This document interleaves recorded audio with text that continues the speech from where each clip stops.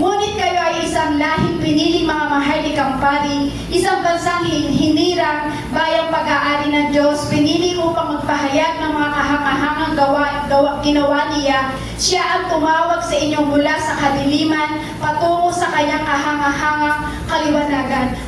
Ito po ang ating pag-aaralan ay talagang kailangan po natin. So ito po ay talagang kailangan ng ating bawat kaluluwa, kailangan ng bawat isa sa atin. Kasi tayo po ay tinawag ng Diyos para sa kaliwanagan. Hindi po tayo tinawag ng Diyos para sa kadiliman. Sino po dito yung gusto tinawag siya sa kadiliman?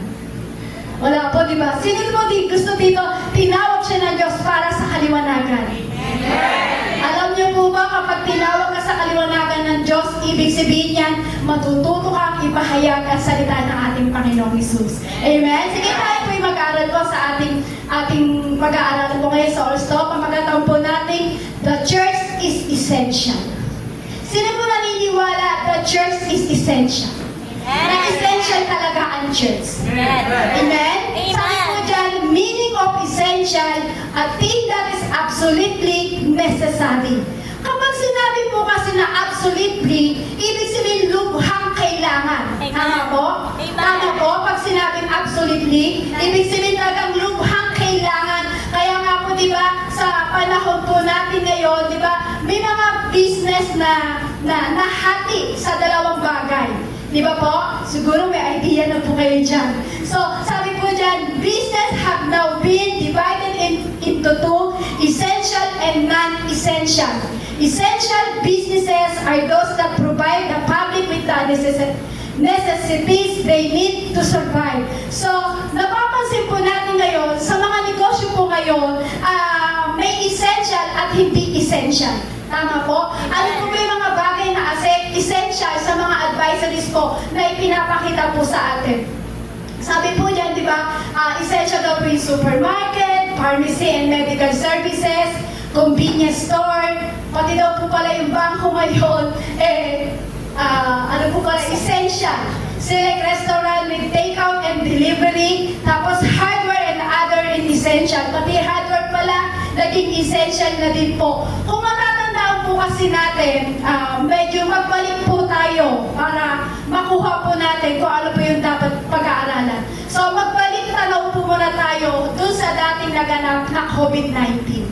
Amen? Di ba po ng COVID-19 kaya nagkaroon ng essential at hindi essential. So, kung magbabalik tanaw po tayo dun sa COVID-19 po, kung matatandaan po natin, nagkaroon po ng viral dun sa Grab na nag-deliver ng sa pandemic na yon. Matatandaan niyo po ba yon? Ano po yon? Oh, diba? Sinabi niyo na hindi na suspense. Yeah. Sige, balik tayo doon. So, diba, kung baga, meron silang nangyari na pagtatalo po doon kasi sabi po ng isang tanod doon sa nag-deliver, sabi po sa kanya, hindi daw po essential yung kanyang i-deliver. So, which is yun po yung lugaw. So, naalala niyo po ba yung viral ngayon ng video na yun? Yan, yung lugaw na yan. So, dahil po sabi sa kanya ng tanod po, sabi sa kanya, essential ba si lugaw? Hindi nga. Kasi mabubuhay ang tao na walang lugaw. Totoo po ba? Mabubuhay ba ang tao na walang lugaw? Amen. Amen? Kasi yun yung pinagtalunan nila eh. Pinagtalunan po nila, sabi po ng talo dyan, essential ba si lugaw? Hindi nga. Hindi naman mabubuhay naman ang tao na walang lugaw. Sino ba niniwala po naman na mabubuhay ang tao na walang lugaw? Di ba po, ang dami nilang pinagtalunan. So, ang daming advisories na ginawa po dyan sa lugar niya, kung ano-ano. So, nagbalik tanong lang po tayo. So, eto po ang tanong. Essential ba si church? Mabubuhay ba ang tao kapag wala ang church? Basahin niyo po ng malakas. Essential ba si church? Mabubuhay ba ang tao na wala ang church? Mabubuhay nga po ba ang tao kapag walang church? Hindi po. Tulad ng lugaw, tulad ni lugaw, tulad ng tinanong ng tanod kay lugaw. Sabi, essential ba si lugaw? So, ang tanong po, ang church po ba, essential din po ba?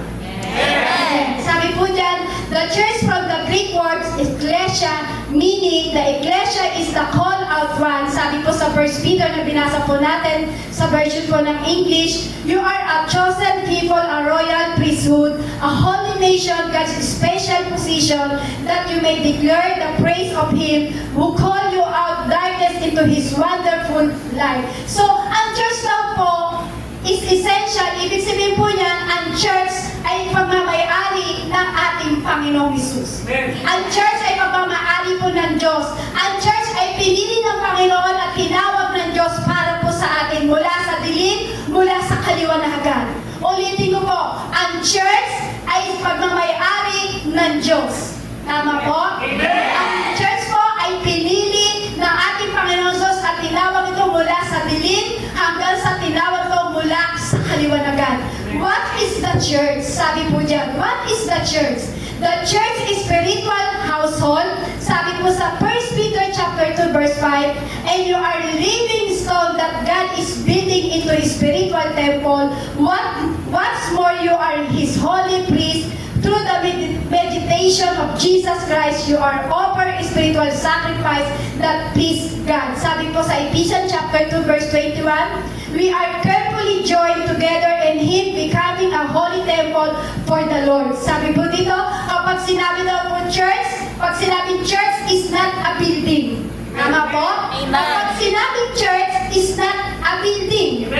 Ulitin ko po, kapag sinabing church is not a building. Hindi itong building na ito na kinatatayuan na ito, hindi po ito ang church. Amen? Amen. Alam niyo po kung sino ang church? Ikaw at ako, tayo pong lahat dito sa church ay tinawag ng ating Panginoong Kristo. Amen? Ikaw at ako, tayong lahat, tayo ang tinatawag na church. Amen. Ikaw ang templo ng Diyos, hindi ang building na ito. Amen. Ulitin ko po, kapag sinabing church is not a building. Ikaw at ako at tayong lahat, tayo ang church. Amen? Amen po? Kasi kapag ang church po, hindi po tayo pwedeng pigilan. Amen? Kasi kapag pinigilan nila ang church sa pagpupuri sa Panginoon, kapag pinigilan nila ang church sa pagsamba sa Panginoon, parang ikaw at ako at tayong lahat ay parang pinipigilan sa pagsamba sa ating Panginoon Kristo. Amen? Amen. Papayag ka ba na pigilan? Hindi Hindi po. po, di ba? Sabi nga po sa 1 Corinthians chapter 3, verse 16, don't you realize that all of you together are the temple of God and that the Spirit of God lives in you. So, ang church daw po ay ang tinutukoy ng Biblia po, mga kapatid, hindi yung ihari sa bato. Ang tinutukoy po sa Biblia na ang church daw po ay hindi tinutukoy na yari sa bato. Hindi yari sa bakal. Kasi kung titignan po natin itong building na ito, makikita mo, yung poste, may simento, may bato, may bakal. Pero ang sinasabi po sa Biblia, ang church daw po na tinutukoy ay hindi yari sa bato. Hindi yari sa bakal, kundi ang church na tinutukoy tayo mga anak ng Diyos na pinagsama-sama niya. Pinagsama-sama ng Diyos, tayo yung batong buhay na sumasamba sa ating Panginoong Hesus. Amen. Amen? Maging sa spiritual ay tayo ay templo ng ating Panginoong Kristo. Aniniwala ka ay ikaw ay templo ng Diyos? Amen. Aniniwala ka na ikaw yung church na tinatawag? Amen. Ito po ba yung church? So alam niyo po, itong church ito is sa physical. Sa physical po na ito. Yung church na ating para tayo po ay magsama-sama, para tayo po ay magdiwang, tayo po ay pagdausan ng ating gawain. Pero yung totoong pinaka-church talaga, tayo yun. Ikaw yun. Amen. Amen? Hindi ka yari sa bato. Hindi ka yari sa bakal. Yari ka ba sa bato, kapatid? Yari ka ba sa bakal? Siguro sinasabi ng iba, kumakanta lang, pusong bato. Di ba? Pero hindi tayo bato. Ikaw ang templo ng ating Panginoong Jesucristo. Ikaw ang nagiging spiritual temple ng ating Panginoong Jesus. Amen? Sabi nga po, the church is not a building, but a body of believers with a specific nature, purpose. Ang church daw po, hindi po ito yung building. Ito po ay buhay. Ikaw yun. Amen. Ikaw yun, buhay. Buhay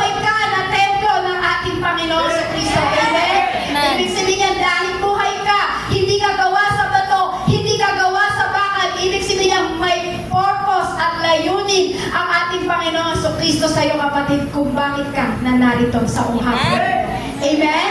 Amen. Kaya nga po, church, tayo po ay buhay. Amen. Tingnan mo yung katabi mo kung buhay. Buhay ba? O tulog na? Tingnan mo na yung katabi mo, buhay. Tanong mo, buhay ka ba? Buhay ka ba? Sabihin mo, kapag buhay ka, Kapag buhay ka, may purpose at layunin ng Diyos sa iyo. may purpose at layunin ng Diyos sa iyo. May mission ng Diyos sa atin. May mission ka, Panginoon, sa ating Panginoong Jesus. Amen? Amen. Kaya po, ang church ngayon ay dapat buhay. Amen! Amen? Sino po yung church na tinutukoy? Tayo! So, dapat po ba tayo ay patay? Bumibol! Ano po dapat tayo bilang isang templo ng Diyos? Buhay!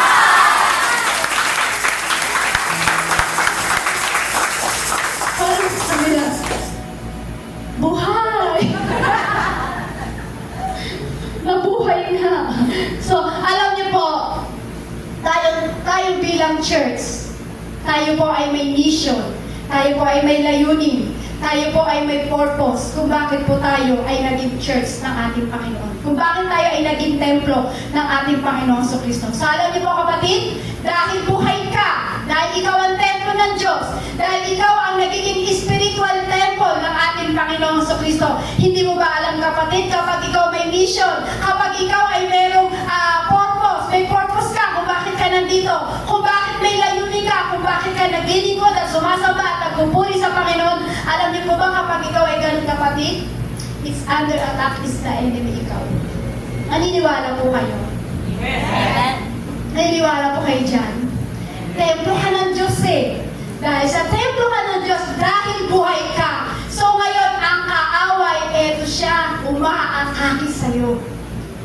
Yan na, papasok na tayo dyan. Di ba maraming atake ang ginagawa ng kaaway? Siguro may idea kayo dyan. So balik tanong tayo ulit po doon sa COVID-19. Yan, gusto ko lang po kasi ipaalala na talagang maraming nasira at maraming huminto sa paglilingkod sa ating sa Panginoong Jesus. Kasi bakit po? Kasi yung time ng COVID-19, maraming hindi na nag-church. Sabi nga po, di ba, sabi po, na kung maalala po natin yung COVID-19 is atake po yan ng kaaway pagdating sa mga Kristiyano. Sa mga taong hindi po siguro naniniwala, siguro akala nila ang COVID-19 ay talagang virus lang. So alam niyo po, ipapaalala ko po ulit sa inyo at sasabihin ko po sa inyo, ang COVID-19 po ay yan po ay atake ng demonyo sa mga naglilingkod sa ating Panginoong Kristo.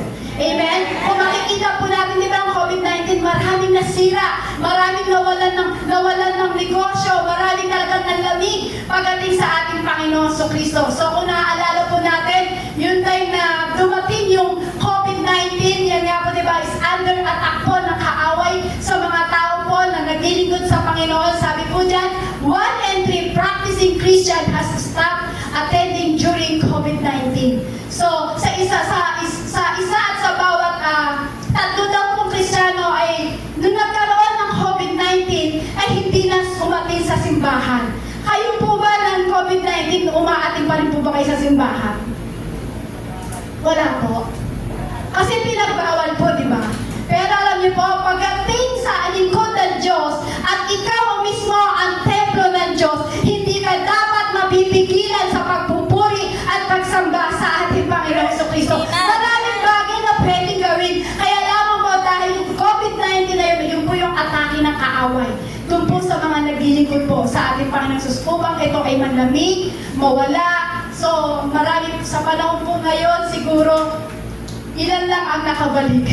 Siguro maraming hindi na nakabalik. So, kailangan po natin. Kaya nga po sa pinasa po natin kanina, tayo po ay tinawag sa liwanag. Dahil ikaw ay tinawag sa liwanag, yung mga in-under attack ng kaaway, ikaw ang magpapahayag ng salita ng Diyos para sila ay muling makabalik sa ating Panginoon Kristo. Amen? So, alam niyo po, ito po ay makikita natin may atake ng kaaway. Yung time ng COVID-19. Tama po? Yung minsan, kumbaga, parang makikita po natin yung Kristyanuhan lang, yung naging dahilan niya, COVID-19 kasi kaya hindi na ako umatin ng church.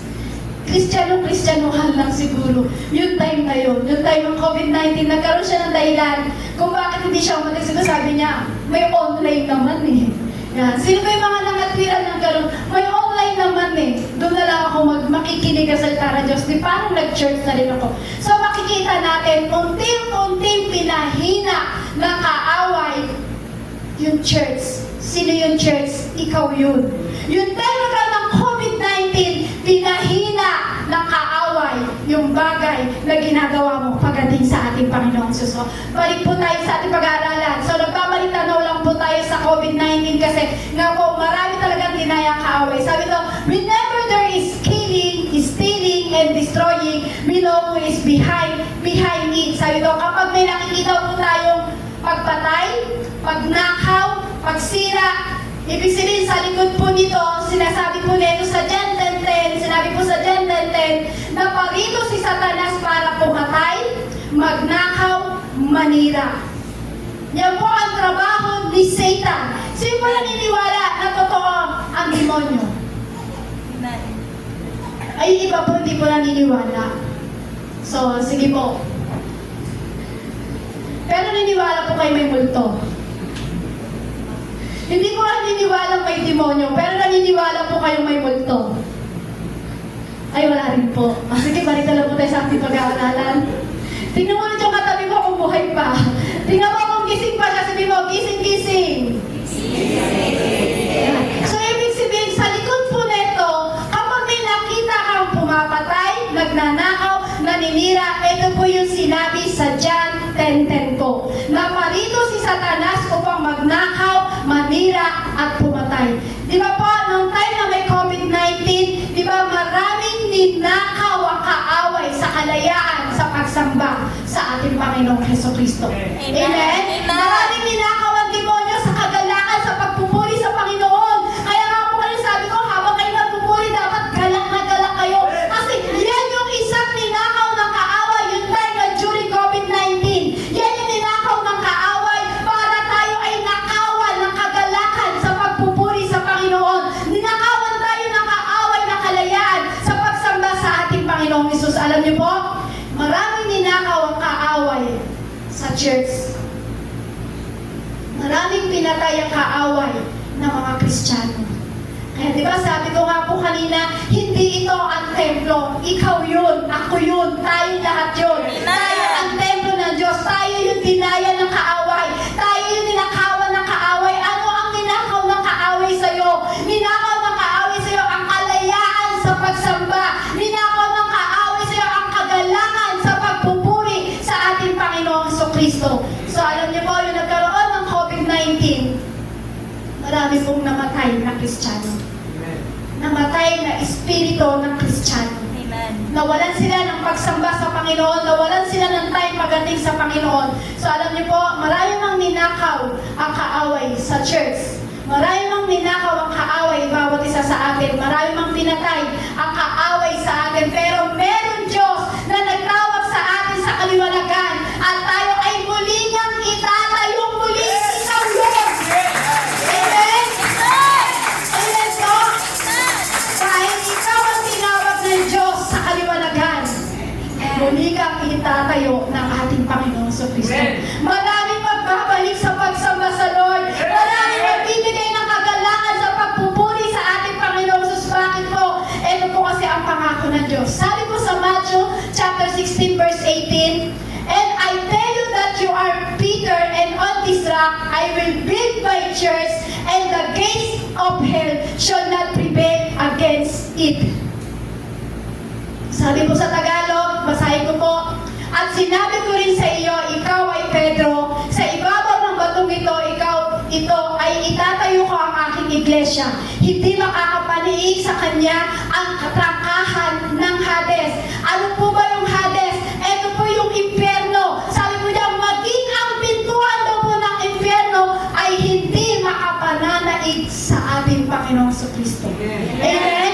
Sabi ng Lord, pangako niya, muli kitang itatayo. Sabi mo dyan, sabi dyan, "And on this rock I will build my church." Muli kang itatayo ng Diyos. Muli kang bubuhayin ng Diyos. Sapagkat sabi ng Diyos, hindi nakakapanaig sa iyo ang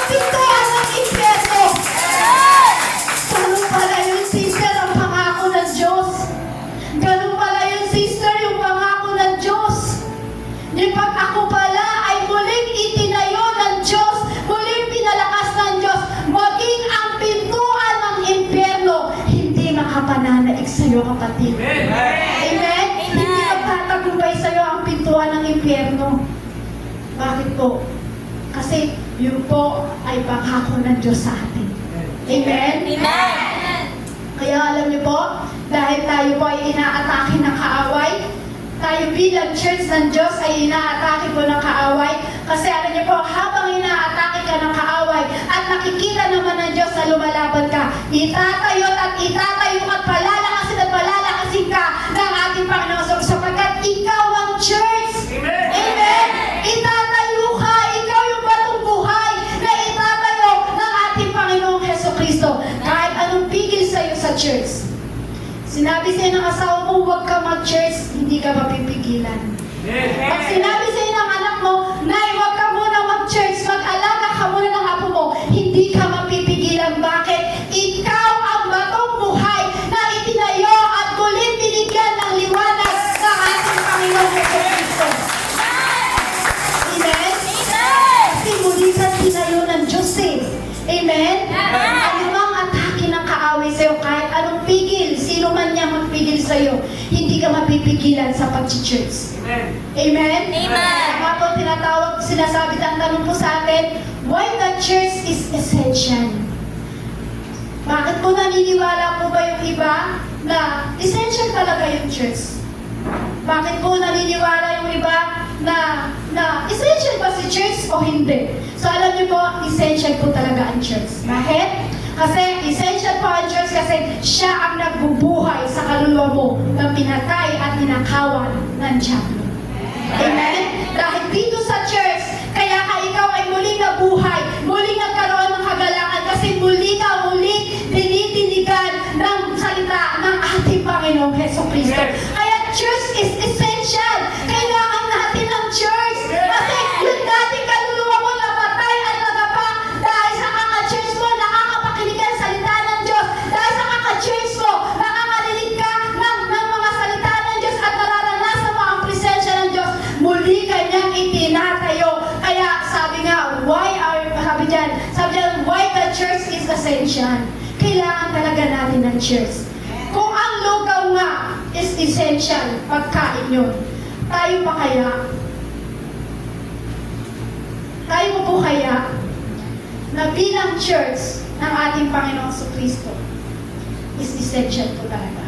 Amen? Amen. Amen po? Amen. Kung ang lugaw pinagtanggol, pagtanggol mo naman yung pag-church mo. Amen? Kung ang lugaw pinagtanggol, essential ba talaga si lugaw? Ikaw naman ipagtanggol mo, essential talaga ang church. Ito ang kailangan ng aking espiritu. Ito ang pagkain ng aking espiritu. Dahil sa church na ito na aking inaatinan, alam niyo po ba kung bakit ka nabuhay? Amen? Amen. Kung si lugaw ipinagtanggol, pagtanggol mo naman din ang church. Kapag pinipigilan ka huwag maglingkod, pinipigilan ka hindi mag-church, pagtanggol mo ang church. Kasi ikaw yun kapatid eh. Kapag pinigilan ka, nagpapigil ka sa kaaway, ibig sabihin inatake ka na ng kaaway. Amen? Amen. Amen po? So tayo po ay naniniwala na essential po ang church. Amen? Amen. Naniniwala po tayo na essential po ang church. So, kung ang essential po ang church, sabi po dito sa number 1, biblical reason. Dahil sa sinabi po sa Biblia, dahil sa ating paniniwala, paniniwala po natin sa salita ng Diyos, dito po sa church, ang church naman po ay tayo, tayo po yun. Amen? Amen. So, syempre, dahil ikaw yung church, naniniwala ka kung ano mang merong reason sa Biblia. Kung ano mang meron sa Biblia. Dahil ikaw yung church eh. So, ibig sabihin, pagmamay-ari tayo ng Diyos. Amen? Amen po. Sabi nga po ulit sa Matthew chapter 16, verse 18, And I tell you that you are Peter, and on this rock I will build my church, and the gates of hell shall not prevail against it. Dahil sa pagpapahayag po ni Pedro, kung bakit nakilala natin kung sino si Jesus. Amen? Amen. So dapat maging ganun din po tayo. Dahil sa pagpapahayag mo ng salita ng ating Panginoong Jesucristo, dahil sa pagpapahayag mo na kung sino Jesucristo, ibig sabihin niya maitatayo ang church sa puso mo. Amen. Paano po ba yun? i-share mo ang salita ng ating Panginoong Jesucristo. Hindi mo ba alam, kapatid, itinatayo ang church sa puso mo. Amen? Amen. Amen po. Ibig sabihin tayo po kasi yung church. Amen. Kaya bilang isang mga naglilingkod sa Lord, bilang isang nakakilala sa Panginoon, hindi mananatiling tikom ang ating mga labi. Amen. Hindi mananatiling tikom ang ating mga bibig. Amen. Amen? Habang ikaw ay nagkakakilala sa Lord, dapat yan kung paano ipinagsigawan at pinakilala ni Pedro kung sino si Jesus, yun din dapat ang pinagsisigawan mo sa pamilya mo, sa kapitbahay mo, sa magulang mo, sa kapatid mo, na si Jesus ang kailangan natin sa ating buhay. Bakit? Kasi ito yung church. Amen? Sabi mo dyan, the church is God's idea and the church is His plan for His age. Sabi po dyan, hindi po ito parang isipan ninuman. Tama po? Ang church na po ay hindi po pinilano ng ibang tao. Tama po? Amen. Kumbaga, ang church daw po ay hindi daw po ito kathang isip ng sino man. Hindi daw po ito parang isang ilusyon lamang ng isang tao. Kumbaga, hindi daw po ito ilusyon ng isang tao. Kumbaga, hindi natin ito ilusyon lahat. Kumbaga, kung bakit po tayo nandito, ang Diyos po kasi ang nagtatag sa atin. Tama po? Amen. Excuse me po. At Diyos po kasi ang nagtatag sa atin. So, ang church po ay inuutos ng Diyos ang salita niya. Bilang ikaw ay church ng Diyos, dapat ang salita ng ating Panginoong Jesucristo ipinamamalita mo. Dapat ang salita ng ating Panginoong Jesucristo ipinagsisigawan mo sa lugar mo. Ipinagsisigawan mo sa tahanan mo. Ipinagsisigawan mo sa anak mo, sa magulang mo, sa buong kamag-anak mo. Kasi bakit? Ikaw yung church eh. Amen? Ikaw yung church na itinatayo ng Diyos. Kaya bakit kailangan ipahayag mo ang salita ng ating Panginoong Jesucristo? Amen? Amen. Kaya nga po, sinasabi nila, bakit kailangan pa magkaroon ng pagtitipon sa gantong gawain daw po? Bakit kailangan pa magkaroon ng pagtitipon? Sapagkat sabi nga po sa Hebrew chapter 10 verse 25, sabi po dito, huwag natin kaligtaan ang pagdalo sa ating mga pagtitipon gaya ng nakasanayan ng iba. Sa halip, palakasin natin ang loob ng isa't isa, lalo na ngayon makikita natin malapit na ang araw ng Panginoong Jesucristo. Amen? Amen. Lalo na po, di ba, grabe na yung nangyayari. Nakita niyo po, ang lakas man ng ulan at hangin dito sa atin, pero eto pa rin po tayo maayos. Pero sa iba po, di ba, grabing baha, grabing landslide. So, sa China nga po, nakakatakot na po yung nangyayari. So, lahat po ng mundo ngayon, sa buong mundo ngayon, ay nakakatakot na yung nangyayari. So, alam niyo po, bilang tayo mga anak ng Diyos, kailangan natin ay magtipon-tipon sa gawain ng ating Panginoong Jesucristo. Sabi po dyan, huwag daw po natin kaligtaan ang pagdalo sa ating pagtitipon, gaya ng ginagawa po natin ngayon. Amen? Kung ano yung nakasanayan mo sa pagtitipon, dapat huwag mong kaligtaan yun. Kasi alam niyo po, sabi po ng Biblia po yan eh, huwag daw po natin kaligtaan ang pagdalo sa gawain. Kaya sabihin mo sa katabi mo, huwag mong kaligtaan ang pagdalo sa gawain. Huwag mong kaligtaan ang pagdalo sa gawain. Ulitin mo.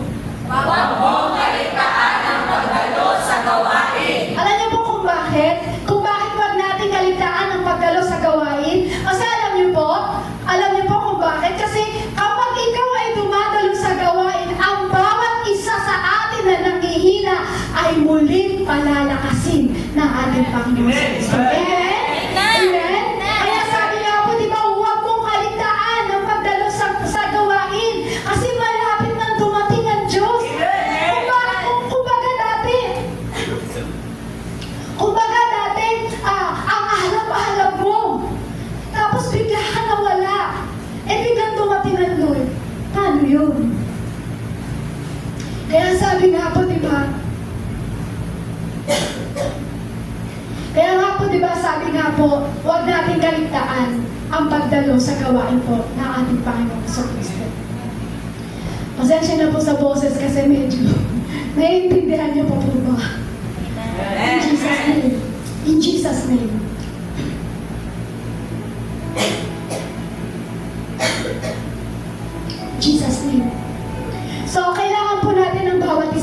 kasi. Kaya po tayo nagkakatipon-tipon sa church neto. Kasi ang bawat isa po sa atin nanghihina. Ang bawat isa po sa atin ay lumalagabak ang pananampalataya. Ang bawat isa po sa atin ay nanghihina ang pananampalataya. So kaya kailangan natin na huwag kaligtaan ang pagtitipon sa gawain ng Diyos.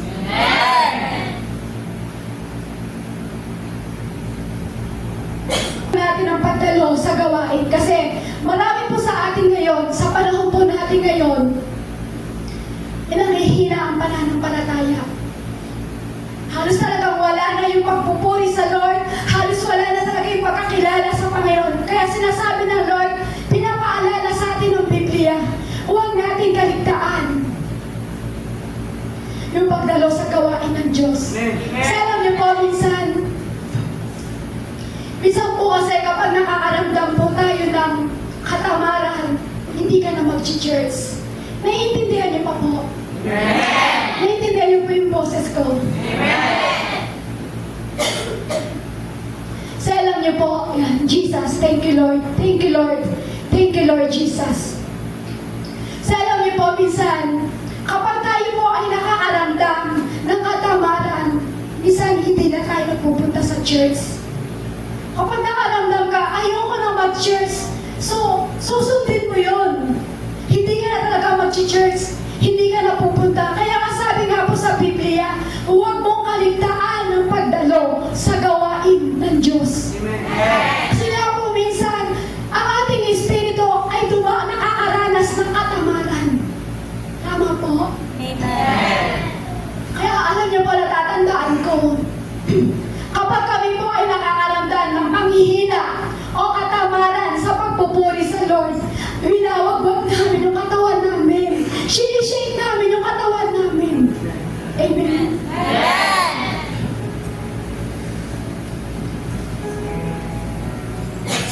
Yan. So, kailangan po natin tumalubo sa gawain ng ating Panginoong Kristo. So, kapag tayo po ay nakakaramdam ng katamaran sa pagpunta sa church, i-shake mo yung katawan mo, pagpagin mo yung katawan mo, huwag mo kakailangan na ikaw ay mapigilan ng kaaway. So, alam niyo po, sa panahon po kasi natin ngayon, marami na po talagang tinatamad sa pagdalo ng gawain ng Diyos. So, kapatid, bilang ikaw ay batong itinayo ng Diyos, at ikaw yung church ng Diyos, kapag nakakaramdam ang katawan mo ng katamaran sa pagpunta sa church, huwag kang papayag, i-shake mo yung katawan mo, ibagpag mo yan, kapatid, huwag kang papayag sa gawa ng kaaway. Amen? Alam niyo po, kapag pinagpag nyo yan, shake nyo yan, pupunta ka ng gawain ng Diyos. Amen? Amen. So, yung pinaka-experience ko niyan, yung tinatamad siya, yung parang, alas 7, alauna pa lang, mamaya na ako magbibihis. Pero, pag, alas 2 na, nagtatanong ka na, niwagpag mo na yung katawan mo, ayan, nagbisi ka, nagmadali ka na, sumalo ka na sa gawain ng ating Panginoon Jesucristo.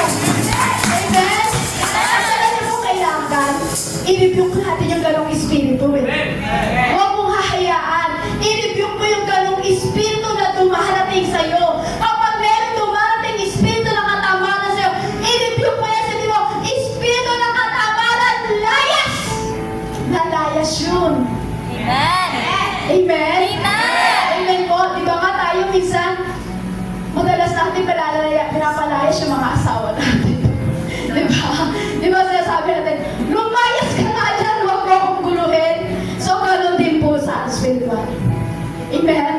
Kapag ginugulo ka at inaatake ka ng kaaway, palayasin mo yung espiritu ng katamaran, layas! Lalayas yan. I-rebuke mo yan. Bakit? Kasi ikaw ang bato, ikaw ang church na itinayo ng Diyos na buhay, na kailangan, hindi mo makalayan ng katamaran. Ulitin ko po, kapag kayo mo ay nakaramdam ng katamaran, huwag kaya muna ka pumunta ng church. Huwag kaya muna ka pumunta ng Bible study. Huwag kaya muna ka pumunta ng gawain ng Diyos. Ibig sabihin yun, inaatake ka ng dyablo. Kapag yun ay naranasan mo, ipagpag mo na yung katawan mo. Amen? Ipagpag mo na yan.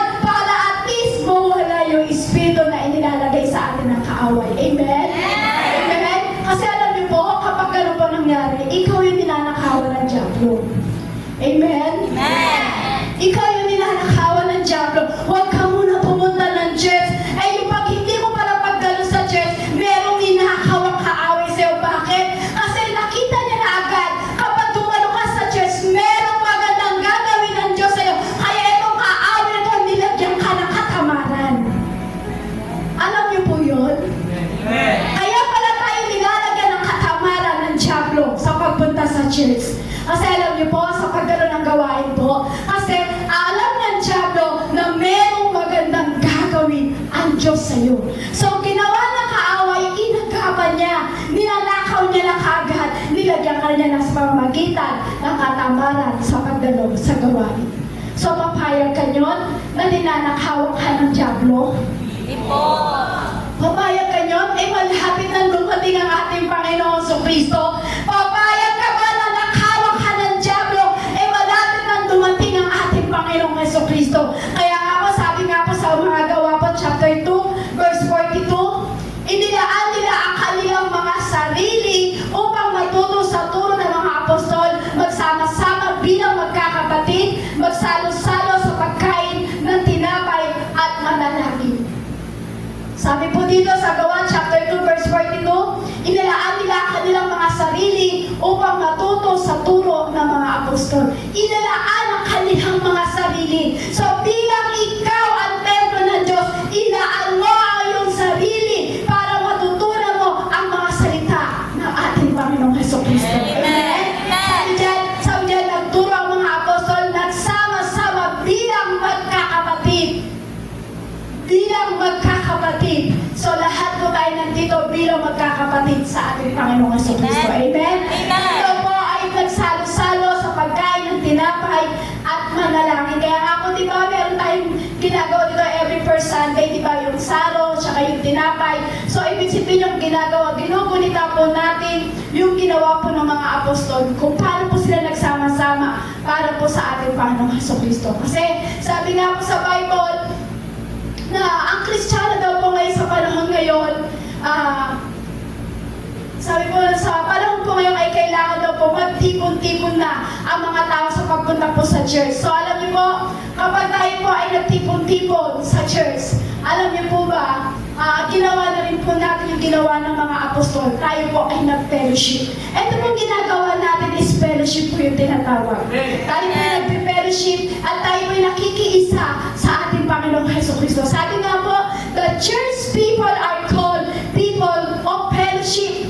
Ulitin ko po, the church people are called people fellowship. Hindi lang po tayo mabubuhay kapag walang ka-fellowship. Sino po dito yung hindi mabubuhay kapag walang ka-fellowship? Uy, hindi nakapagtaas ng kamay. Lahat po ba tayo may ka-fellowship?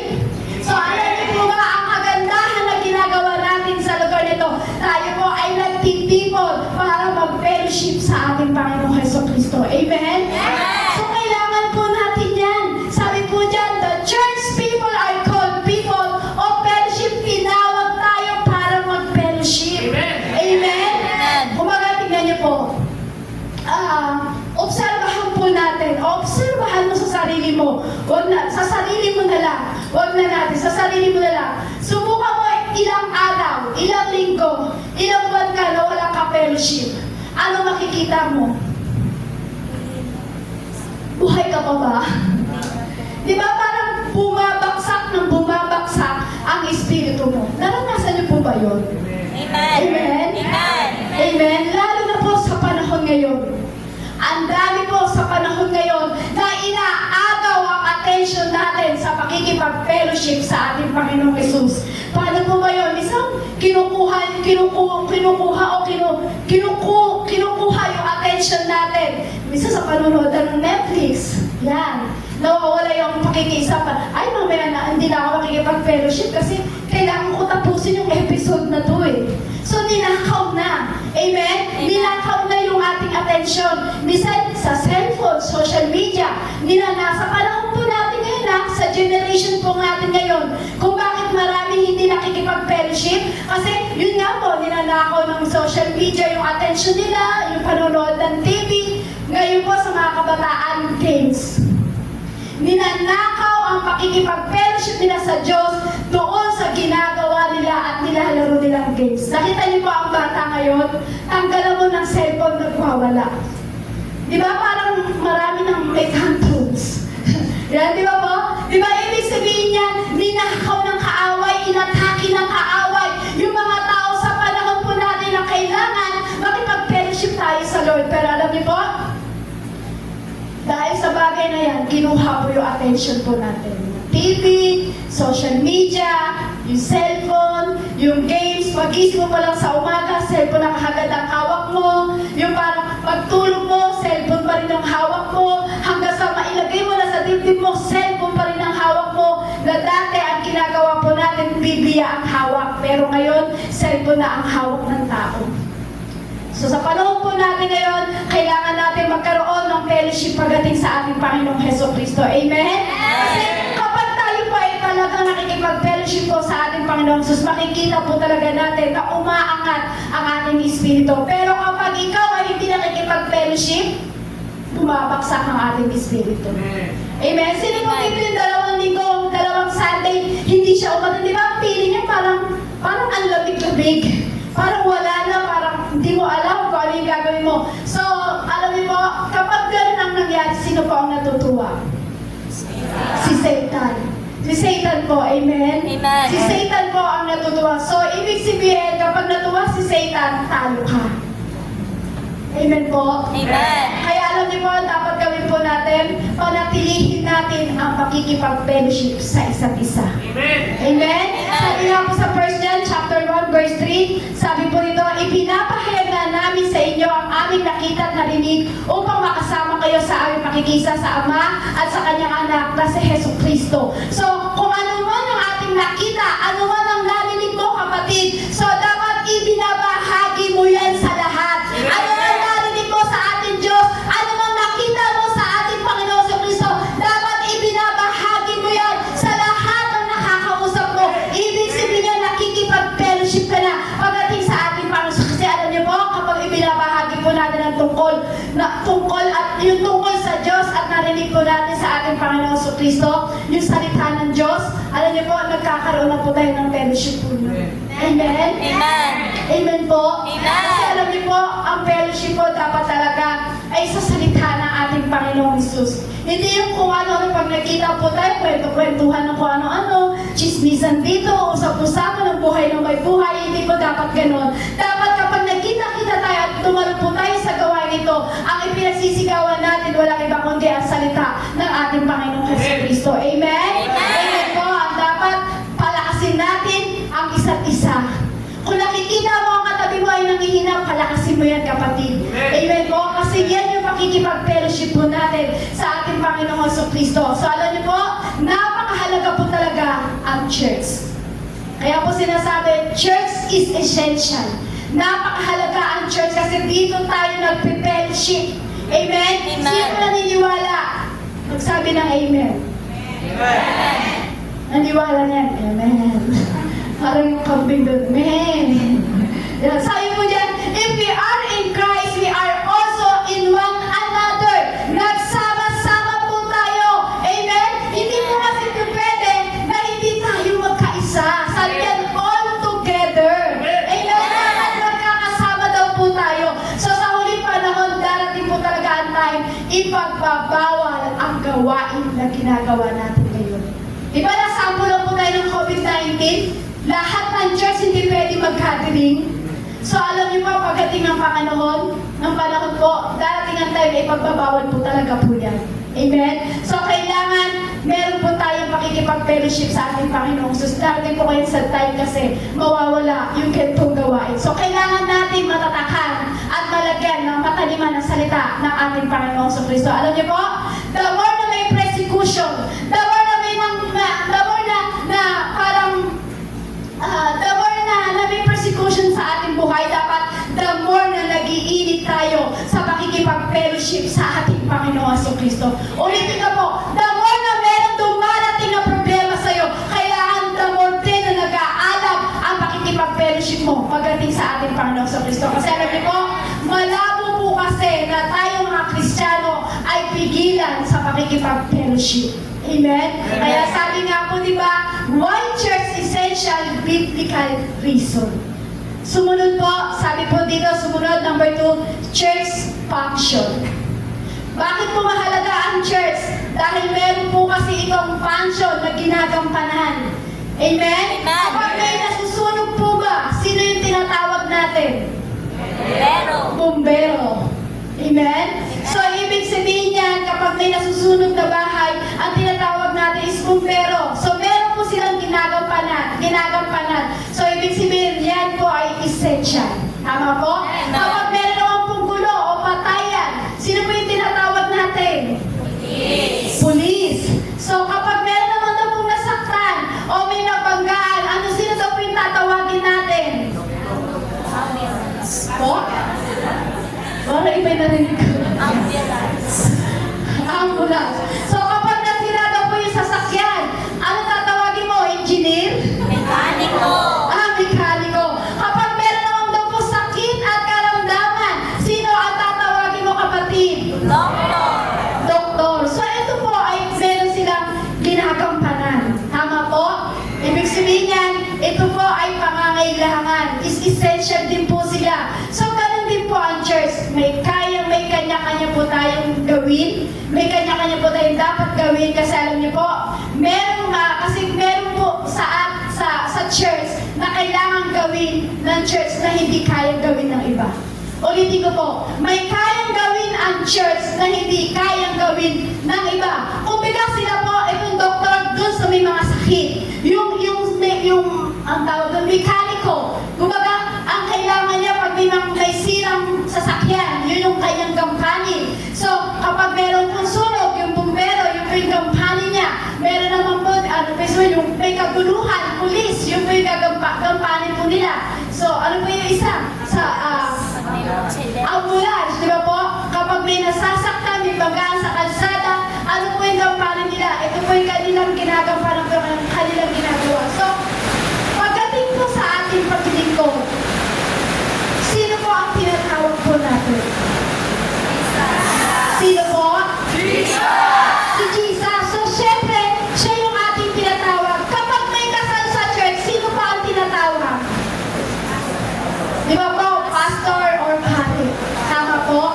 So, may mga kanya-kanya po tayong gampanin. Pero alam niyo po, kapag tayo ay may problema sa spiritual o away o problema ng mag-asawa, sino ang tinatawag? Jesus. Si Jesus maging ang pastor. So, ibig sabihin, lagi nandun ang church. Di ba po kapag may away ang mag-asawa, tatawagin yung pastor. Pastor, paano lang po kami? Pa-counseling po kami kasi ganito, ganyan. Malapit na po kami. So, lagi nandun ang church. Kaya sabi nga po, church is the lifeline of any society. Ang church na po ay napakahalaga. Tama po? Amen. Napakahalaga po ng church. So, ito po yung nagbibigay buhay sa society o sa lipunan. Malaki po ang ginagampanan po ng church. Malaki po ang ginagampanan ng church. Ito po yung katotohanan na talagang malaki ang ginagampanan ng church. Alam niyo po, kapag tinanggal ang church, ang lipunan po ay magdidilim. Kapag tinanggal ang church, ang mundo po natin ay magdidilim. Tanggalin mo ang church, tanggalin mo ang nagtuturo ng salita ng Diyos, magdidilim ang mundo natin. Amen? Amen. Kaya sabi nga po, di ba, church is the lifeline of any society. Sabi nga po sa 2 Chronicle chapter 7 verse 14, ngunit kung ang bayang ito na magtataglay ng aking karangalan ay magpapakumbaba, manalangin, hanapin ako talikuran ng kanilang kasamaan, papakinggan ko sila mula sa langit, patatawarin ko sila sa kanilang mga kasalanan, at muli kong pasasaganain ang kanilang lupain. So, ano niyo po ba? Kapag daw po tayo, sabi po niya, ngunit ang bayang ito, tayo ngayong bayan, kapag ang bayan daw po ito ay nagtaglay ng aking karangalan at magpakumbaba, manalangin, hanapin ako at talikuran ng kanilang kasamaan, pakikinggan ko sila mula sa langit. Amen. Amen? Kapatid, ikaw yung bayan, tayo yung bayan. So kapag tayo po ay nagbigay ng karangalan, nagpakumbaba at nanalangin at hinanap natin ang ating Panginoon sa Kristo at tinalikuran mo ang iyong kasamaan, pakikinggan sa langit ang iyong panalangin. Sabi niya, pagsasaganahin ko pa ang kanilang lupain. Alam niyo po, kung ang bayan daw po ay siya ay hanapin, sino po ba yan? Tayo po yun eh. Tayo po yung tinutukoy, tayo po yung mga anak. So tayo po yung tinutukoy po doon. So pinili tayo ng Panginoon para tayo ay tinatawag sa kanya-kanyang pangalan. Sabi po niyan, tayo daw po ay magpakumbaba at hanapin natin ang ating Panginoong Jesucristo. Kaya sabi nga po ng Diyos, kapag ikaw nagpakumbaba at nalikuran mo yung kasalanan, pakikinggan niya ang iyong panalangin sa langit at matatawarin ang iyong kasalanan. So,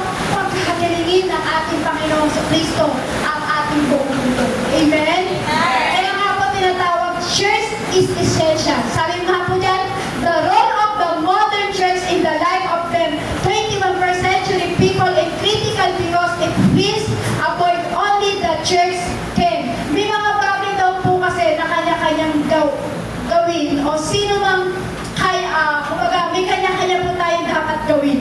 Tama po? So, maraming nabilang ko, pero paglabas, masama pa rin. Maraming pumasok sa sa rehab na kapag labas sabi nila, addict pa rin. Sabi po nila, kumbaga survey ko lang po. So, marami pa daw pong bagay na ginagawa ang mundo na hindi naman daw po pala nagbabago. Pero alam niyo po, isa lang po ang masasabi ko po sa pangalan ng ating Panginoong Kristo. Maraming pumasok sa church na totoong sumampalataya pagdating sa ating Panginoong Kristo. Alam niyo po, ang buhay nila ay binago. Amen?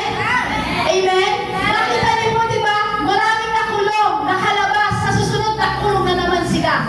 Amen? Pero alam niyo po sa church, maraming pumasok sa church na nampalataya at nagtiwala sa ating Panginoong Kristo. Binago ang buhay. Binago ng ating Panginoon sa ating buhay. Amen? Amen po. At alam niyo po, may mga bagay na makukuha tayo at mayroong mga bagay na hindi tayo may makukuha. Tama po ba? Pero alam niyo po, ang laking binago ng Lord. Sa akin po, laking testimony po talaga. Nakilala ko po ang Panginoon, ang laki ng binago ng Diyos sa buhay ko. Kasi kung ititestimony ko pa po ang aking buhay, baka mamayang 7 pa po tayo matapos dito. So alam niyo po, napakalaking binago ng Diyos sa aking buhay. Sobrang itinataas ko ang Diyos. Alam niyo po yung aking pagpapakinig sa salita ng ating Panginoon Jesus. Ito po ay bilang pasasalamat sa Lord. Kung paano niya ako binago, kung paano niya nilinis ang aking buhay, kung paano niya ako tinanggal sa kasalanan, tinupos sa kasalanan at pinatawad.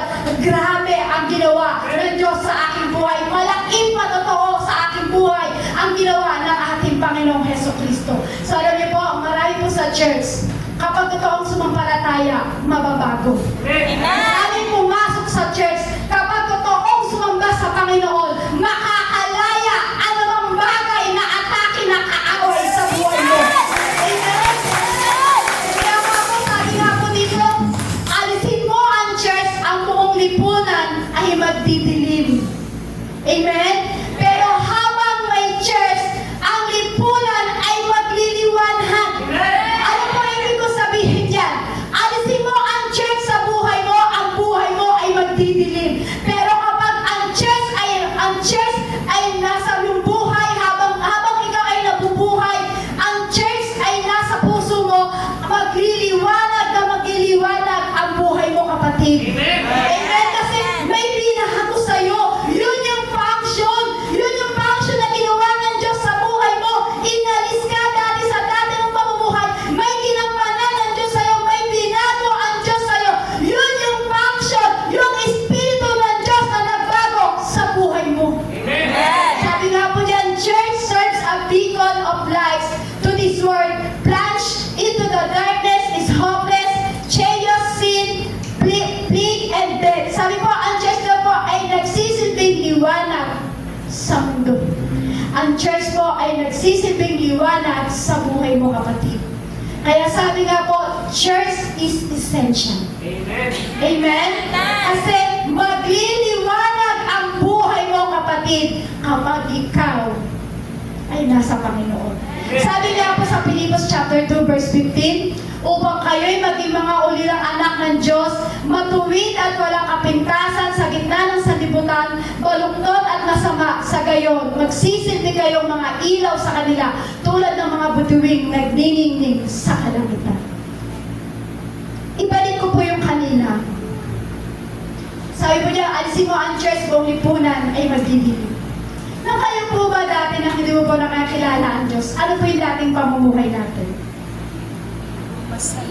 Po, pwede po magbigay ng isang salita para at least po maibigay po natin kung ano po yung tamang tamang pagbabago na ginawa sa atin ng Lord. Dati po, nang hindi po kilala ang Diyos, ano po ang inyong pamumuhay? Magulo. Ano pa po? Po? Ano po yan? Ligaw. Maligaw. So, balik ka rin yung damit nyo, pamilya. So, alam niyo po ba? So, ganito po yan. Nang hindi natin kilala ang Diyos, napakapangit ang buhay natin. Pero nang ikaw ay meron Diyos na pinanampalatayaan, na bago ang buhay mo, kapatid, nagliwanag ang buhay mo. Dati kang mahirap, pinagyaman ka. Dati kang may karamdaman, pinagaling ka. Dati magulo ang buhay mo, inalis ang Diyos sa buhay mo. Yun ang function ng Diyos sa buhay mo. Yun ang function ng Espiritu ng Diyos sa buhay mo. Kaya kapatid, huwag mong aalisin ang pag-church sa buhay mo. Kapag hindi ka nag-church, magdidigim ang mundo mo. Amen? Parang binalat sa pinalupa. Yan. Parang gano'n daw po. Sabi, alam niyo po, kailangan para tayo po ay magliwanag, huwag po tayong aalis sa church. Ikaw yung templo ng Diyos. Amen? Magliliwanag tayo sa sanlibutan ito. Amen? Kasi ikaw yung sagot. Ikaw yung hinahanap ng Diyos para magliwanag ang sanlibutan ito. Ikaw ang sagot. Ikaw ang hinahanap ng Diyos kasi ikaw ang magpapakalat ng salita ng ating Panginoon Jesucristo. Ikaw ang magbibigay ng liwanag sa kataliwan na nagtitiliman ng buhay. Amen? Yun yung function sa'yo ng Diyos. Amen po? Amen. Yung kapatabi mo, nakikita mo nang nanditinin ka nilang buhay, ikaw yung magbibigay ng salita ng Diyos para magliwanag ang kanyang buhay at kanyang kaisipan. So marami po tayo sa ating buhay na pinagdadaanan. Pero alam niyo po, dahil may function ng Espiritu sa ating buhay, kaya tayo nababago po. Amen po? Amen. So siguro sa hapon ito, meron pong kinakausap ang Diyos. Hindi ko man po alam kung sino po sa atin, pero alam ko po, merong inaabot ang Diyos po sa atin. Kasi natatanda ko po dati, meron po ako nakausap na ilang linggo na daw po siya hindi nakakatulog kasi dahil may anxiety po siya. Marami po siyang problema, halos panda na nga po yung mata niya. Panda na po yung mata niya kasi hindi po siya makatulog. Pero alam niyo po, nang hinikayat po namin siya, sabi namin, mag-church ka. Tingnan mo, makikita mo, ang Diyos ang magbibigay sa'yo ng kapahingahan, kapayapaan, kung anong meron sa buhay mo. Alam niyo po, nag-church po siya, tapos nagpipray po kami, pinagpipray po namin siya, tapos natutunan po niya na magpuri sa Lord. Natutunan po niya manampalataya sa Panginoon. So alam niyo po, nakakatulog na po siya ngayon. Parang katulad ng katabi mo, nakatulog na siya. So alam niyo po, nakatulog po siya. Alam niyo po, ibig sabihin po niyan, church po ang nakatulog sa kanya. Walang iba kundi ang salita ng ating Panginoong Kristo. Amen? So alam niyo po, bilang tayong church ng Panginoon, daladala mo ang salita ng Diyos. Daladala mo ang mensahe ng Diyos na magbibigay liwanag sa mga kapatiran na nangihina. Amen? Sabi po diyan, the church is how God is accomplishing His work on earth today. The church is God's outlet of His love. Tayo daw po pala yung outlet ng Diyos sa pag-ibig. Amen? Siya yung, kumbaga, tayo daw po yung outlet ng Diyos sa pag-ibig niya. Kumbaga, tayo yung mundo ng Diyos. Kumbaga, ikaw pag nandiligaw, di ba sinasabi mo sa babae, ikaw ang aking mundo. Pero ang sabi naman ng Diyos sa atin, ikaw ang aking mundo na palibigyan ko ng liwanag na nagmumula sa akin. Di ba? Nakakasarap. Sino po hindi nakatanggap, sinabi ng kanyang asawa, ikaw ang aking mundo. Bigay mo yung globe. So, alam niyo po, tayo daw po pala yung outlet ng pag-ibig ng Diyos. So, marami po sa atin siguro, hindi lang tayo po yung na-born again, nadama natin yung grabing pag-ibig ng Diyos. Bilang ikaw ay umatin sa church, nadama mo ang grabing pag-ibig ng ating Panginoong Kristo. Amen? Amen po? So, di ba mararanasan natin yung grabing pag-ibig ng ating Panginoong Kristo? Tayo po, di ba yung tayo po yung parang naging kamay ng Diyos. Tayo po yung parang naging bibig ng Diyos. Tayo po yung naging paa ng Diyos. So, kasi bakit po? It's because it's function. May ginamit ang Diyos. May ginawa ang Diyos sa'yo. Yun ang nagpa-function sa'yo, kapatid. Ikaw ang nagsilbing kamay ng Diyos. Ikaw ang nagsilbing bibig ng Diyos. So alam niyo po, yun yung kahalagahan na tayo po ay nag-church, tayo po ay nagpa-function pagdating sa ating Panginoong Kristo. So maraming nabago kapag ikaw ay nag-church. Yung dati magulong pamumuhay, dati magulong hindi kaisipan, di ba, binago po yan nang ikaw ay nag-church. So, minsan, magulong pagsasama ng asawa, di ba, inaayos po ng Diyos po yan. So, yung mga kabataan, yan, sa panahon po natin ngayon, sa generation po natin ngayon, ang tinatarget ng kaaway ay kabataan. Ang kabataan, nakikita niyo po, hindi na safe sa school,